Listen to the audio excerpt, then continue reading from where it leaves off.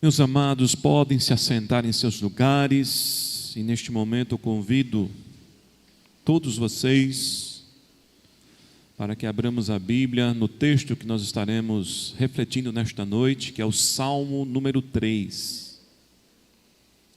Convido a igreja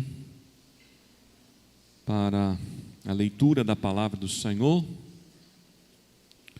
neste Salmo.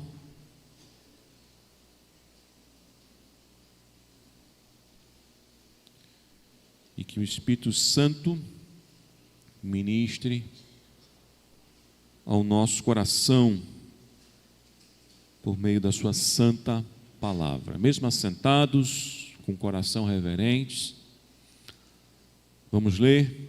Mantenha a Bíblia aberta, porque é de suma importância você conferir aquilo que é dito na palavra do Senhor, pois é a palavra de Deus a verdade suprema para a nossa alma, para o nosso coração. Amém?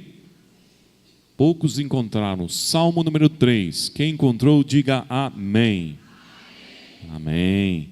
Diz assim: Senhor, como tem crescido o número dos meus adversários? São numerosos os que se levantam contra mim. Muitos os que dizem de mim: não há em Deus salvação para ele. Porém tu, Senhor, és o meu escudo, és a minha glória e o que exaltas a minha cabeça. Com a minha voz clamo ao Senhor, e ele do seu santo monte me responde. Deito-me e pego no sono, acordo, porque o Senhor me sustenta. Não tenho medo de milhares do povo que tomam posição contra mim de todos os lados. Levanta-te, Senhor, salva-me, meu Deus, pois fere nos queixos a todos os meus inimigos, e aos ímpios quebra os dentes. Do Senhor é a salvação, e sobre o teu povo a tua bênção.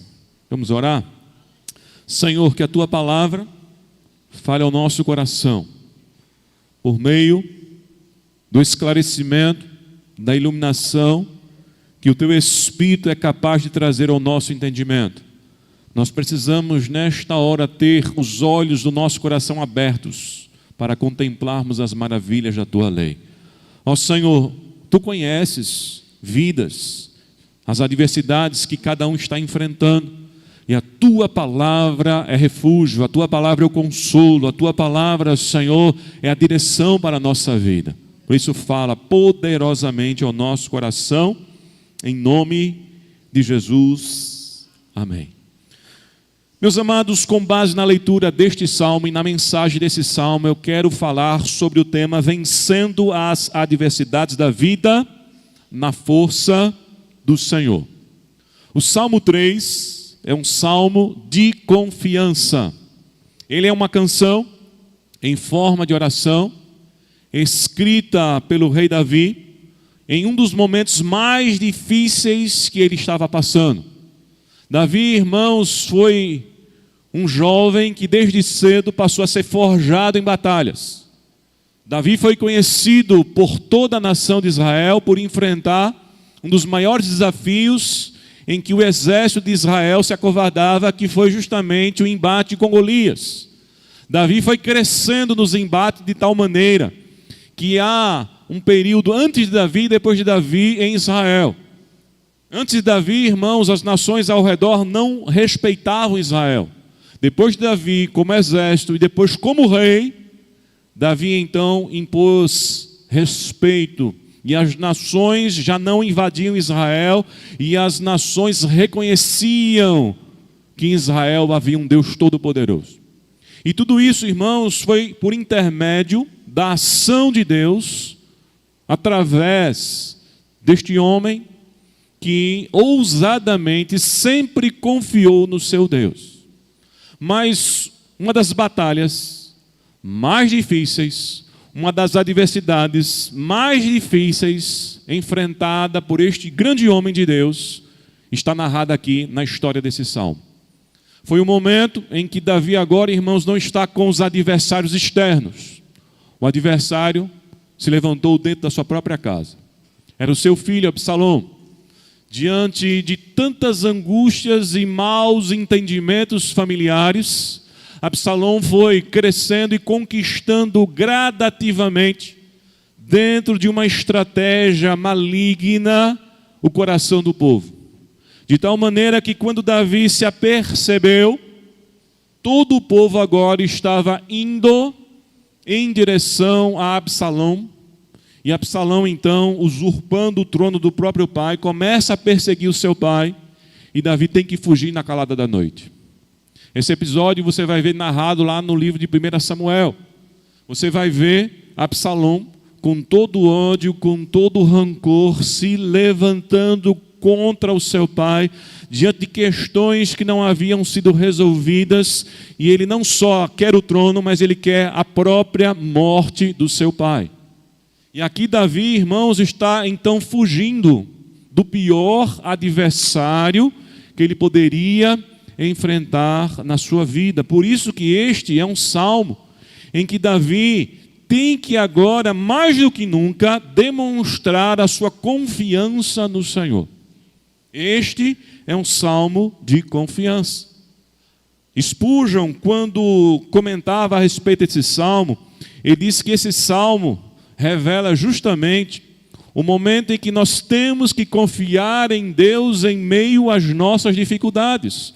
João Calvino, também fazendo um comentário desse salmo, ele vai dizer que ele é uma mensagem para nós entendermos que a salvação das nossas angústias está no Senhor Deus Todo-Poderoso. Um outro grande teólogo, escritor e comentarista, Matthew Henry, vai dizer que este salmo nos orienta aonde nós vamos encontrar a verdadeira proteção da nossa vida. Diante das nossas adversidades, nós só poderemos vencer na força do Senhor. É essa mensagem que esse salmo está dizendo. Um homem que está totalmente sem condições desta batalha, no sentido físico, porque todo mundo estava agora do lado do seu filho Absalom. O exército que ele liderava agora, o comandante estava com Absalom. Aitofel, um dos maiores conselheiros de Davi, estava com Absalom. E aí, cada vez mais, essas pessoas estavam desistindo de apoiar Davi e estavam agora apoiando exatamente Absalom, seu filho, dentro desse propósito carnal e maligno. Que adversidade, meus amados irmãos. E veja que esse salmo também é considerado um salmo matutino, porque muitos vão dizer que Davi escreveu logo ao despertar, porque o verso 5, Davi declarou: deito-me e pego no sono, acordo, porque o Senhor o quê? Davi, irmãos, ao fugir das ameaças do seu filho, do próprio exército de Israel que ele liderou, das pessoas que o admiravam e agora queriam o seu mal, todas as manhãs, quando ele acordava, ele tinha que se deparar com a adversidade. Irmãos, quando nós enfrentamos o problema, ou problemas na vida, e principalmente aqueles que são inumeráveis, aqueles que são fora do nosso controle, nós temos duas dificuldades enfrentadas. Primeiro é dormir. Quando nós estamos angustiados, para dormir é difícil. Quando a gente dorme, o outro problema é acordar. Quando a gente acorda, a gente quer voltar para a cama. Quando a gente quer dormir ou tem que dormir, a gente não consegue dormir, porque a gente fica pensando no problema.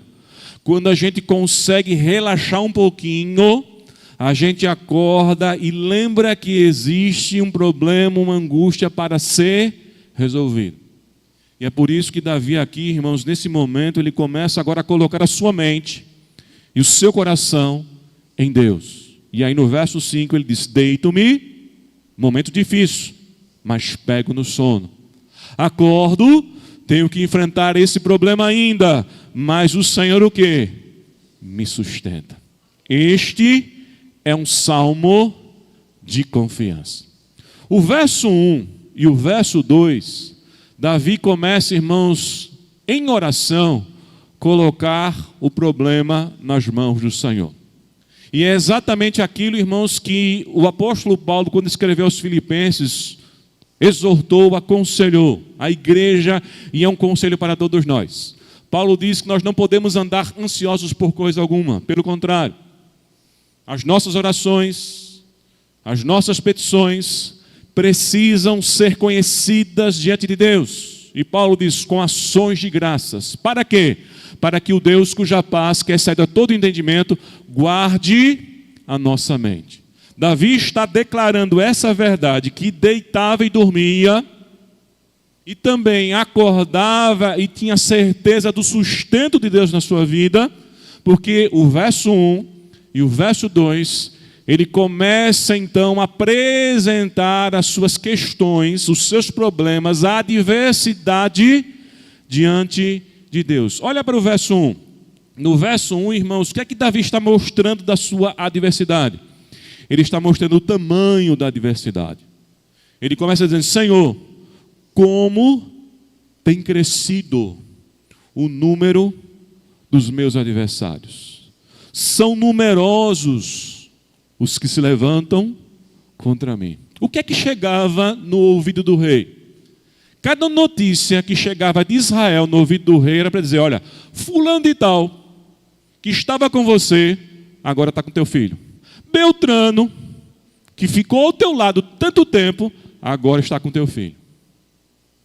Aquele grupo que te apoiava, agora está com teu filho. E Davi, irmãos, quando vai ouvindo as notícias, ele vai dizendo, Senhor, cada dia que eu acordo, cada manhã que eu desperto, o problema está aumentando. Imagine, meus amados irmãos, o tamanho dessa angústia. Você enfrentar uma situação em que a má notícia vai piorando. Quando a gente dorme, irmãos, a gente tem expectativa de que amanhã vai ser um dia melhor, amanhã talvez a questão esteja resolvida. Mas Davi, irmãos, todos os momentos que ele dormia e acordava, o que chegava nos seus ouvidos era a intensidade, o tamanho, melhor dizendo, da adversidade. A adversidade estava se avolumando. A adversidade estava crescendo diante dele. Mas não só Davi, irmãos, estava vendo um problema crescendo, mas no verso 2, ele estava vendo que esse problema era indissolúvel. O problema está crescendo e está se apresentando como indissolúvel. Por quê? No verso 2, não só as pessoas estavam abandonando Davi e agora indo apoiar cada vez mais Absalão, mas no verso 2, essas pessoas estavam dizendo, olha, não há salvação para você em Deus.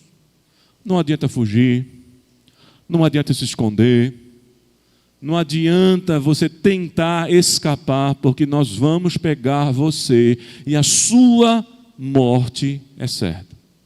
Agora imagine, irmãos, dormir com uma mensagem dessa, o problema crescendo cada vez mais e o problema dizendo, não vai ter jeito, não há como escapar, não há como solucionar. Essa era a adversidade que Davi estava enfrentando.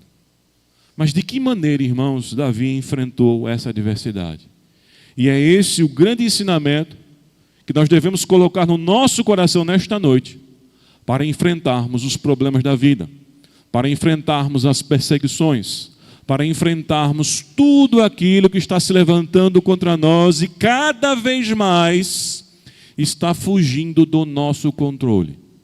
Talvez sejam pessoas literalmente se levantando contra você, talvez seja uma crise financeira, talvez seja a saúde sua cada vez mais fragilizada. Não importa qual seja o problema, tudo aquilo que nós passamos como adversidade, nós temos que vencer na força do Senhor. Nós temos que vencer olhando para o autor e consumador da nossa fé.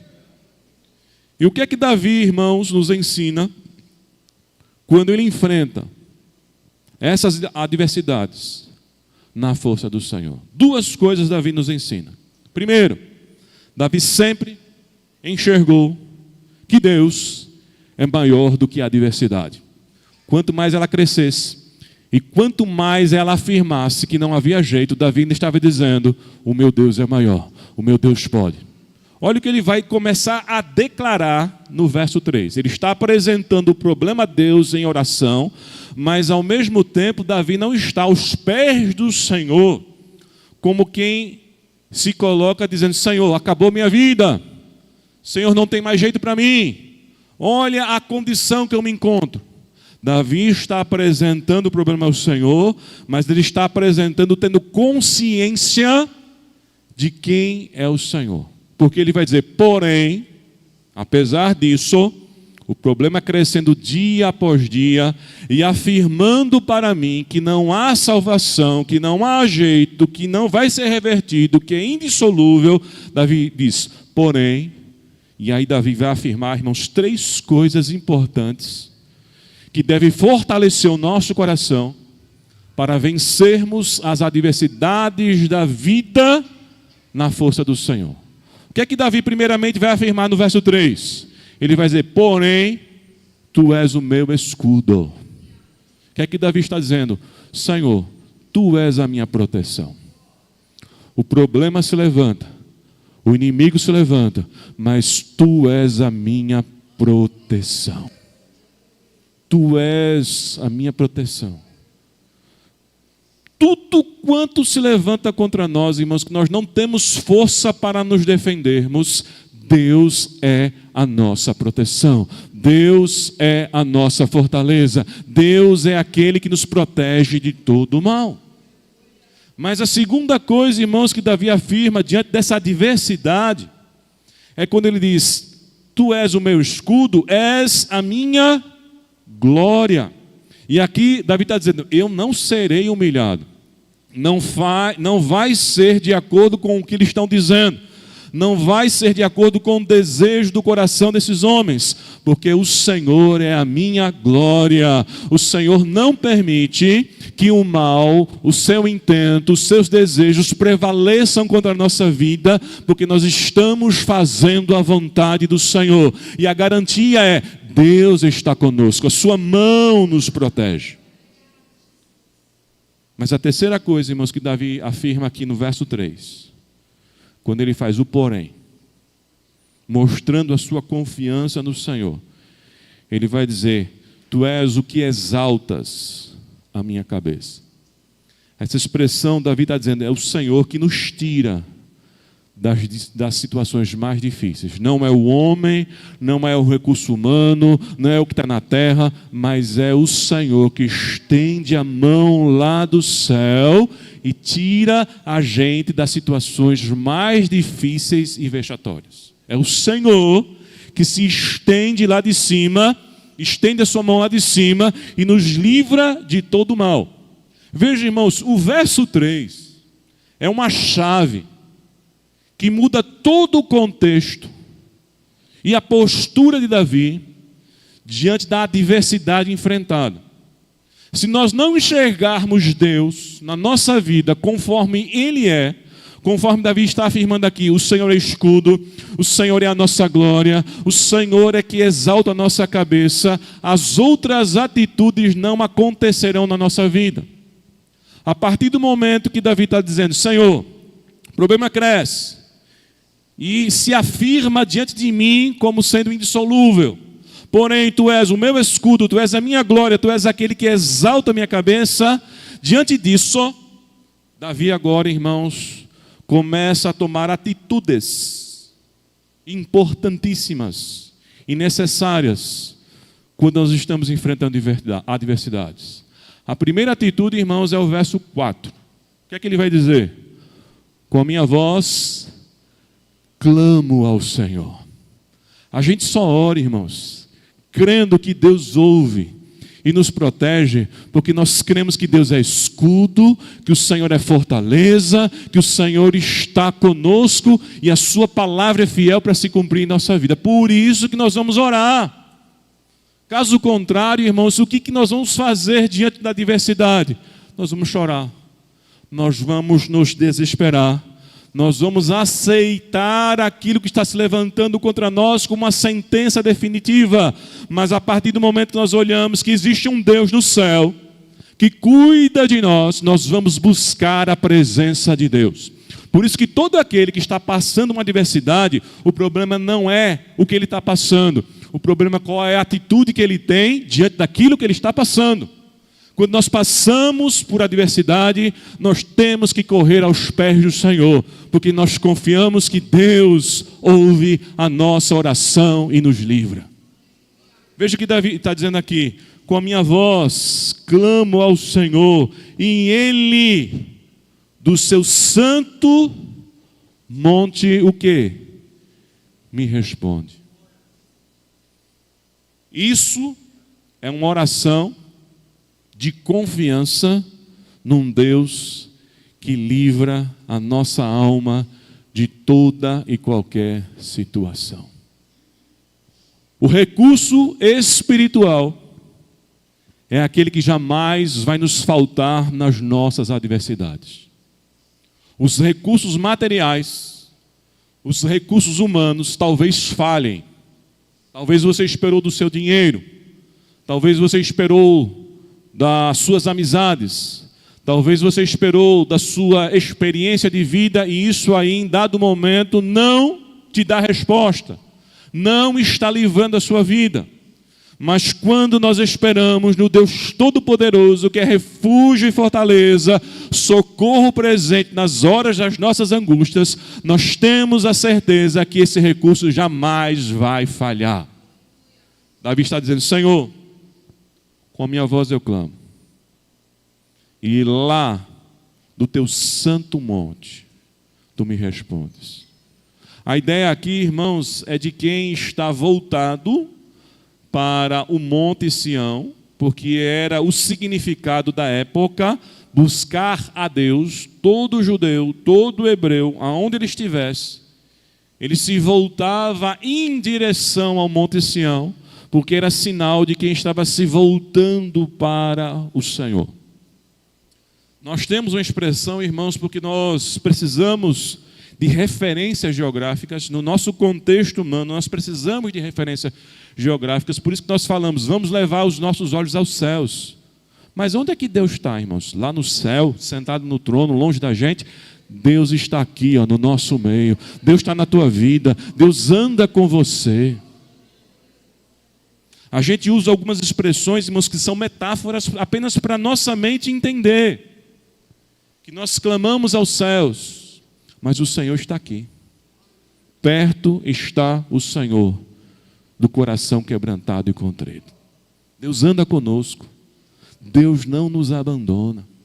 Deus está lado a lado com a sua igreja. O Espírito Santo habita dentro do nosso coração, nos fortalecendo. Davi está dizendo: Senhor, eu clamo a Ti. E no entendimento que ele tinha, o Senhor me responde lá do seu monte. Mas Deus não estava, irmãos, restrito a um local geográfico. Era apenas uma cultura judaica como nós temos as nossas, mas nós precisamos entender que Deus não está longe, Deus está perto, Deus está conosco. E o momento mais difícil, irmãos, de nós percebermos a presença do Senhor é diante das adversidades. É quando você recebe um diagnóstico do médico e o médico vai dizer: olha, não tem mais jeito. É quando você ouve uma coisa que você jamais queria ouvir do seu marido ou da sua esposa. É quando você chega no seu trabalho e de repente está lá na sua mesa a sua carta de demissão, dizendo que o seu serviço não interessa mais àquela empresa. É quando você esperou por alguém, confiou em alguém, investiu na vida de alguém e aquela pessoa não tem consideração por você, te esquece e até te trai. É nesse momento, o momento mais difícil, é o momento em que a nossa alma, a nossa mente, as nossas emoções começam a dizer: Senhor, aonde Tu estás? Por que o Senhor permitiu eu passar por essa situação? É quando, infelizmente, nós enfrentamos a morte de um ente querido, que a nossa mente não compreende, que nós não aceitamos, que a gente correu, que a gente se esforçou, a gente deu tudo de nós para reverter a situação e a situação não foi revertida. Esse é o momento que a gente começa a dizer: Senhor, onde tu estás? O salmista, quando passou por problemas, ele ouvia: onde está o teu Deus? Teu Deus onde está? Todo esse questionamento, irmãos, é um questionamento contra a nossa fé. Ele pode vir de fora, de pessoas incrédulas, que estão vendo nós passarmos alguma dificuldade diante do que nós afirmávamos dos cuidados de Deus, e de repente parece que Deus descuidou de nós, e a gente testemunhou tanto do cuidado de Deus, e alguém vai dizer: cadê teu Deus? Cadê tua fé? O que adiantou estar na igreja? Se dedicar tanto. Como também, e aí é o mais difícil, essa voz pode vir de dentro de nós. Tem muitas pessoas que não falam nada, mas na sua alma estão dizendo: aonde está Deus? Por que eu estou passando isso? Por que essa adversidade veio sobre a minha vida?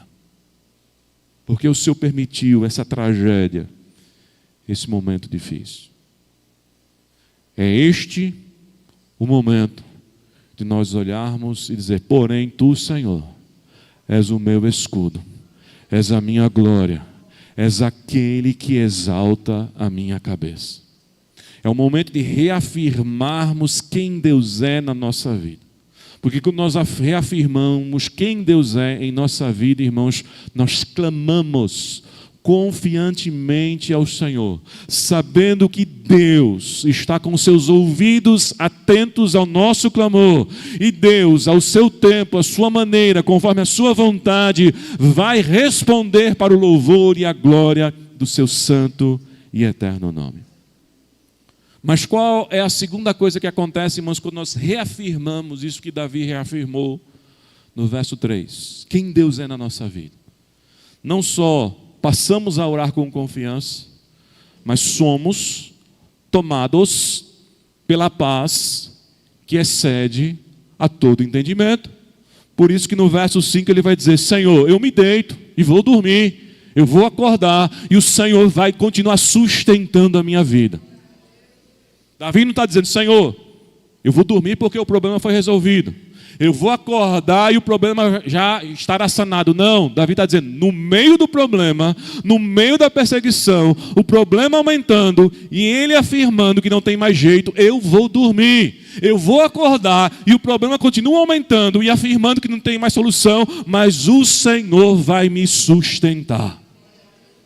Somente a paz de Deus, que Paulo disse em Filipenses, que excede a todo entendimento, é o sobrenatural de Deus na nossa alma, é o sobrenatural de Deus na nossa mente, nos guarda.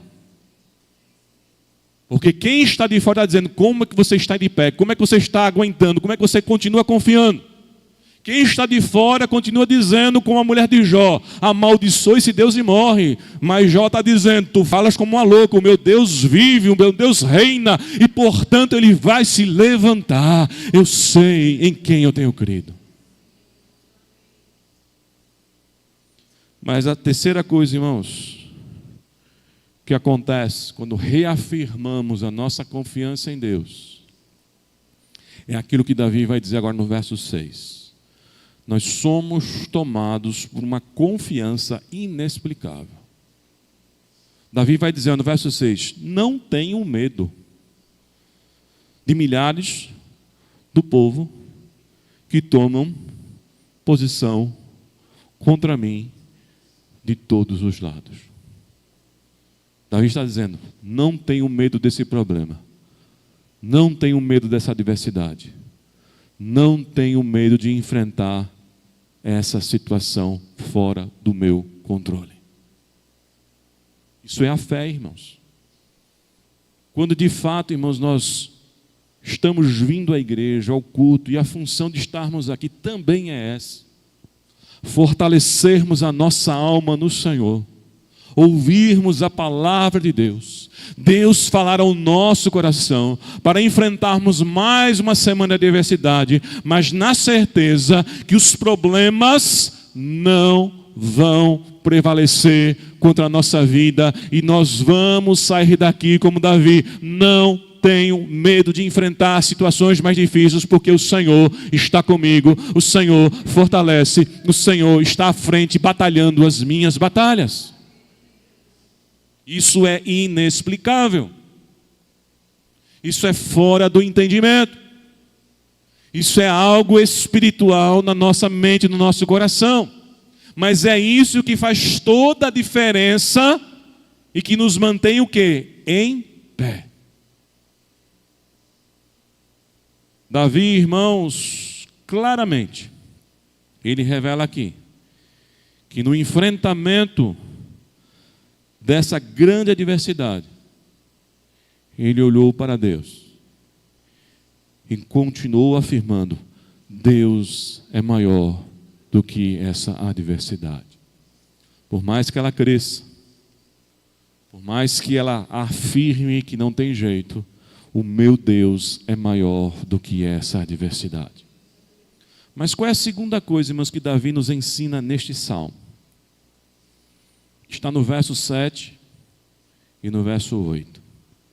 A segunda coisa, irmãos, que Davi vai nos ensinar no enfrentamento das nossas adversidades, na força do Senhor, é que nós não podemos deixar que esses problemas que crescem e se apresentam com essas afirmativas, que são indissolúveis, determine o nosso futuro. Olha o que ele vai dizer no verso 8. No verso 7, ele vai dizer: levanta-te, Senhor, salva-me, Deus meu, pois feres nos queixos a todos os meus inimigos, e aos ímpios quebra os dentes. Quem é que se levanta diante de situações difíceis que nós estamos passando? O Deus Todo-Poderoso. Davi aqui, irmãos, começa a dizer: Senhor, toma a frente e mostra que o meu futuro não é de acordo com a circunstância, mas o meu futuro é de acordo com a tua vontade. O que vai acontecer não é o que eu estou passando, mas o que vai acontecer são os teus propósitos, os teus desígnios, a tua vontade sobre a minha vida. Quando Davi, irmãos, está pedindo para Deus se levantar, Davi está dizendo, irmãos, aquilo que Deus quer ouvir de nós na oração: Senhor, toma a frente. Vai à frente do meu problema. Porque diante, irmãos, de situações difíceis, nós podemos nos precipitar. Ou para fugir, ou para enfrentar um problema de qualquer jeito. Nessa situação, Davi, irmãos, quanto mais ele fugisse, um dia ele seria pego. Mais cedo ou mais tarde, toda uma nação contra ele seria pego. Mas se ele enfrentasse, se ele quisesse ser corajoso, e a coragem é apenas humana, se ele olhasse talvez para o seu currículo, que ele havia derrotado Golias, que ele havia sido vencedor em tantas guerras, e ele se confiasse na sua experiência como soldado, como general, como rei, e aí se iludisse com isso, e tem gente que olha para um passado, mas não está vivendo mais esse passado, o seu presente é outro, quebra a cara. E ainda vai colocar a culpa em Deus. Porque Deus não me livrou. Porque Deus permitiu que eu tivesse prejuízo. A melhor coisa do mundo, irmãos, é fazer como sempre Davi fez. Por que Davi vencia as batalhas? Porque em cada uma delas ele consultava o Senhor. Em cada uma das batalhas ele colocava Deus à frente. Porque no momento em que ele não colocou Deus à frente, ele caiu. Que foi a batalha do seu próprio coração. Mas em todos os momentos que ele colocou Deus à frente, que ele disse: Senhor, vou, Senhor, tu vais me entregar nas mãos dos inimigos. Senhor, qual é a direção? Meus amados, a grande arma que Deus deu à igreja para vencermos as adversidades é a oração. Mas é a arma que infelizmente nós menos usamos.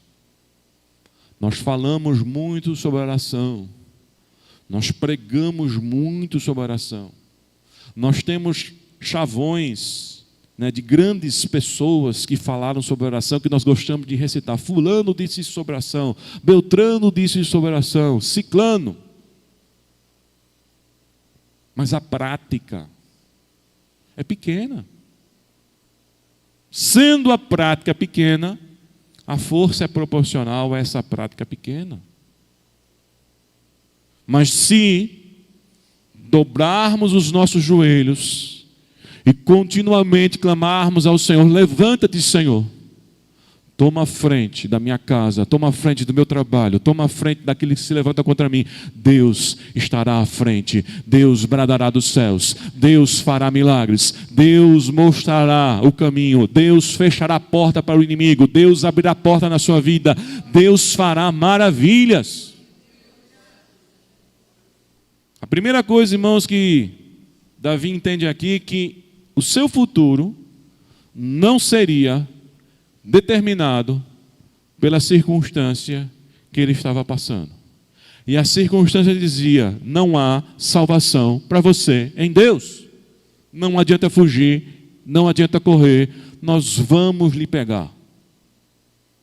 Mas a segunda coisa, irmãos, que Davi mostra aqui, que diante da adversidade, ele não permite que ela determine o seu futuro, é que Davi, irmãos, olha aonde está a garantia da vitória. O verso 8, Davi afirma: do Senhor é a salvação.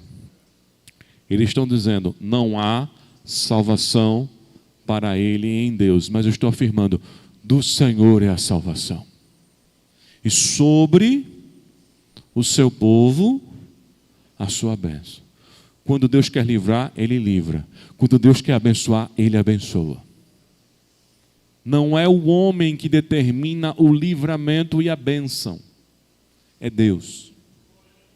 É Deus que determina dos céus a salvação e a bênção.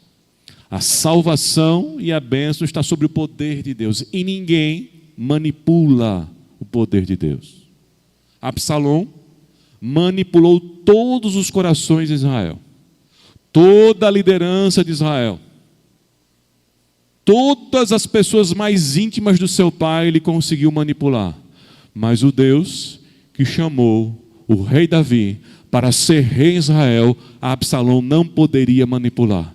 E Davi está dizendo: a salvação vem do Senhor, é dele que vem a sua bênção. E salvação e bênção não são frutos dos méritos humanos. Salvação e bênção estão dentro do propósito soberano de Deus, que levanta pessoas, como levantou o rei Davi, que nunca pediu para ser rei, nem na lista do seu pai ele estava. Quando Samuel foi lá ungir o futuro rei de Israel, ele nunca pediu para ser rei. Ele nunca se enxeriu, ele nunca se convidou, ele nunca teve o coração desejoso de assumir absolutamente nada.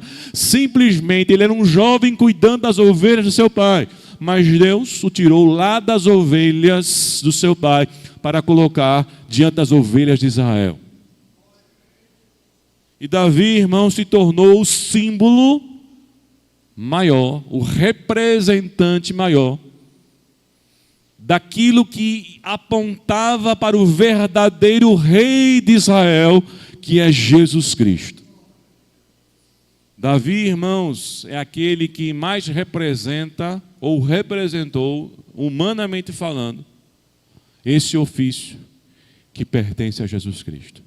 E assim como Jesus foi perseguido, assim como houve a profecia, ferirei o pastor e as ovelhas ficarão dispersas. Jesus dizia, mas o Pai está comigo, o Senhor está comigo.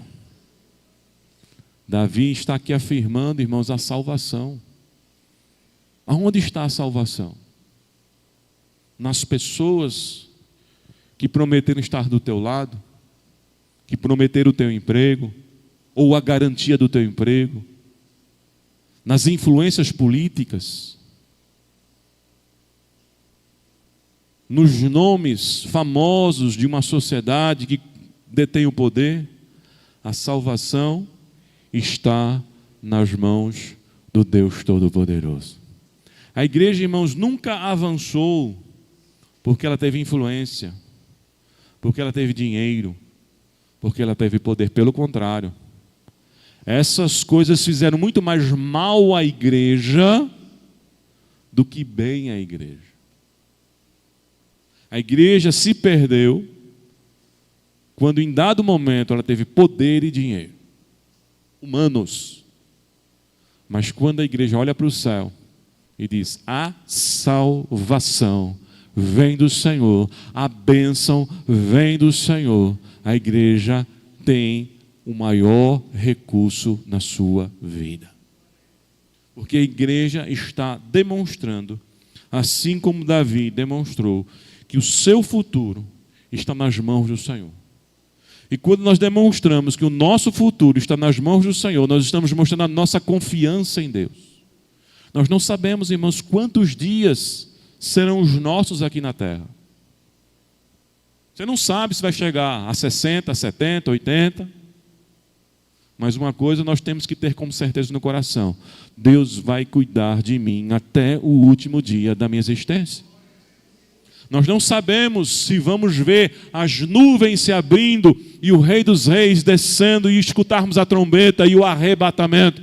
Mas uma coisa nós sabemos: o Senhor vai estar conosco, o Senhor vai estar nos protegendo, o Senhor vai estar nos amparando, o Senhor vai estar suprindo todas as nossas necessidades. Porque é dele que vem a salvação. É dele que vem a bênção. Nós estudamos hoje, irmãos, na Escola Bíblica Dominical, capítulo 9 de Eclesiastes, que é uma ferida narcísica, principalmente na filosofia humanista.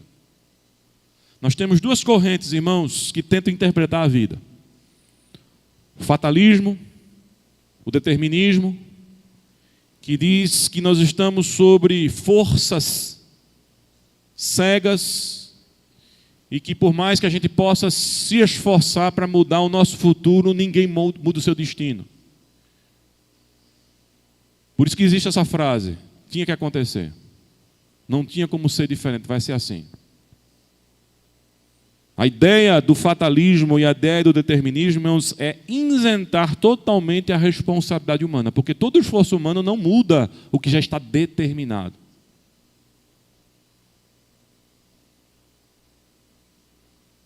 O outro extremo, irmãos, é o humanismo, nas suas filosofias, nas suas mais diversas correntes, dizendo que somos nós que escrevemos a nossa história, somos nós que fazemos o nosso futuro.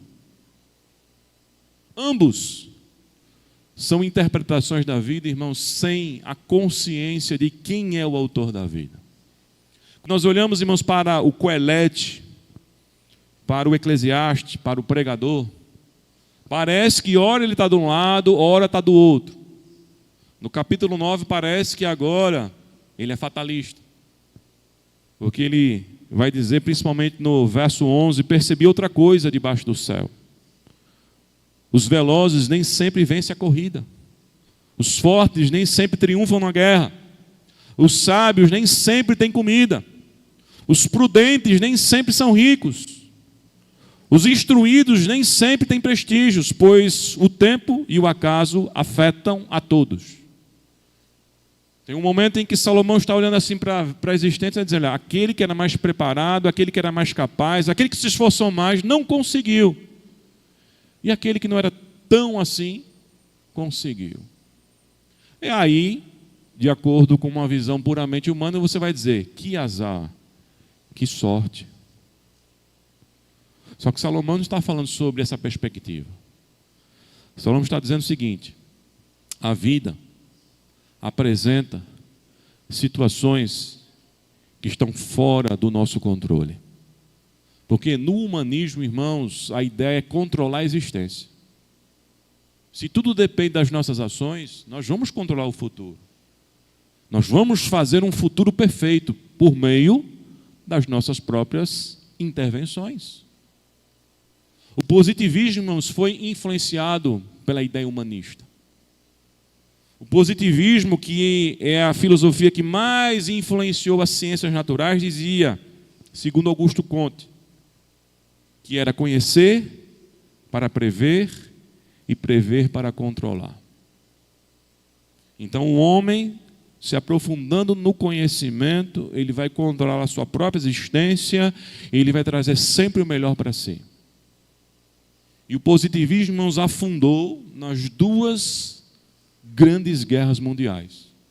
Porque todo conhecimento, toda inteligência, toda descoberta científica, como foi do século passado, como nunca a humanidade teve, foi usada para autodestruição. E aí entra a crise. Nós estamos estudando, irmãos, o livro de Eclesiastes, onde Salomão está dizendo: se a gente tirar a perspectiva da vida de Deus e da eternidade, a vida não tem sentido. A vida vai ser loucura. Quando você enfrentar um problema, você vai depender da sorte ou do azar. E Davi aqui não está dizendo que foi a sorte e o azar que o livrou. Davi está dizendo: do Senhor vem a salvação, e sobre o seu povo a sua bênção. É a mão de Deus abençoando. Às vezes essa mão permite problemas, dificuldades, adversidades, perdas, portas que se fecham, doenças, coisas que a nossa mente não entende. Mas essa mão está sustentando a nossa vida. Porque em meio às suas permissões mais difíceis, Deus está conosco, nos confortando, nos consolando, nos guiando, para que a gente não desanime, nos conduzindo fielmente para o propósito dEle.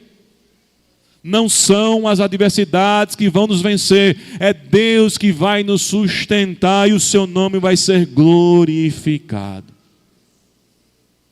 O próprio Salomão, quando escreve um dos seus provérbios, ele vai dizer: o cavalo prepara-se para o dia da batalha. O guerreiro está lá. Estratégias, materiais, tudo preparado para a guerra. Preparo, todos os elementos necessários para a guerra. Mas a pergunta é: quem vai determinar essa vitória? Salomão, ele afirmou: mas a vitória vem de Deus. Golias se levantou, irmãos, humanamente falando, com tudo aquilo que lhe era favorável: estatura, experiência em guerra, equipamento. Tudo o que Golias tinha, irmãos, era infinitamente maior do que o que Davi tinha. Aí Deus pega um jovem, pastor de ovelha, com um cajado, uma funda. Golias, quando olha para aquilo, chama de cão, amaldiçoa, ridiculariza, fica irado, porque esperou 40 dias, um desafiante. E quando Israel apresentou isso aqui, ele disse: é uma piada, é um meme, é um fake news. Vocês querem brincar comigo? Espero 40 dias para aparecer isso aqui. O que é que Davi fez? Golias, tu vens contra mim com espadas e com lanças, mas eu vou contra ti em nome do Senhor, a quem tu tens afrontado. Hoje mesmo o Senhor vai dar a tua cabeça nas minhas mãos e o teu corpo será oferecido aos cadáveres. Hoje mesmo, Israel, verá que é um Deus todo-poderoso, que os incircuncisos não podem afrontar o exército do Deus vivo. Existe um Deus que fortalece o exército que Ele levantou aqui na terra, a sua igreja, a sua vida, e você vai vencer. Não porque tem força para vencer, não porque tem recurso para vencer, mas porque você serve a um Deus que é vencedor, e é nessa força que nós vamos vencer. Nós vencemos as adversidades da vida na força do Senhor. Diga ao seu irmão, você vai vencer as adversidades da vida na força do Senhor. O Deus que faz infinitamente mais. Amém?